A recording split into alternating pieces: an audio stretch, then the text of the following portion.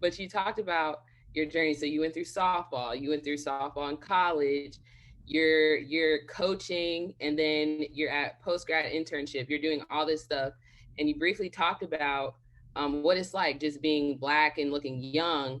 So with our current social climate, being a Black woman and being younger, how are you maintaining your mental health in the midst of all this stuff while supporting athletes? Like, what do you do for that?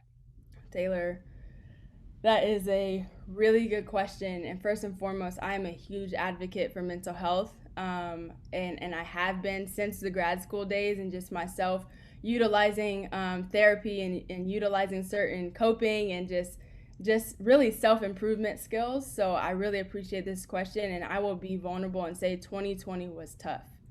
2020 was tough for a lot of reasons. Coming into a new place, going home literally in isolation within 2.5 months of getting here at Clemson, building relationships during those times. And then, of course, in June, May and June, we see the heightened emotions and visibility of racial injustice and the things that our country really needed to see, right? Myself, and I will speak for many Black people that I've talked to, not everyone is the same, but it wasn't a surprise to me.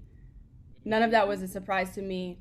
But what really made it tough to mental health wise was now all of a sudden people who didn't have to think about it every single day, didn't it wasn't in front of minds, like we're privileged to not have to think about it, are now texting for support, are now asking questions, are now teammates, some of those teammates that expressed the microaggressions when I was playing are now saying sorry, right? So it's kind of like, as a Black female, you're bringing back things that you suppressed, that you don't want to think about anymore, because those people are texting you.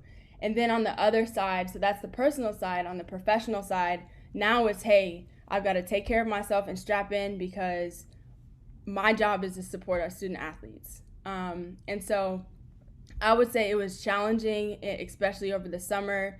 A shout out to my therapist, because sis was getting it all. Sis was getting it all. I was like, I need you.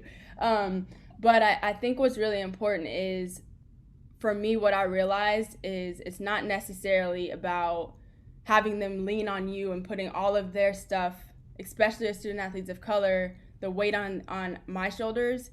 It's what I learned, especially, and shout out to my coworker Anthony Hines, is we were in it together, and we were able to, in a lot of ways, they let us too. So the ability and the opportunity, sorry, this room gets dark on me. The ability and the opportunity to support the student athletes alongside Anthony was a really good opportunity, and actually in turn did help my mental health. So I can hear you. I'm gonna go turn on this light real quick.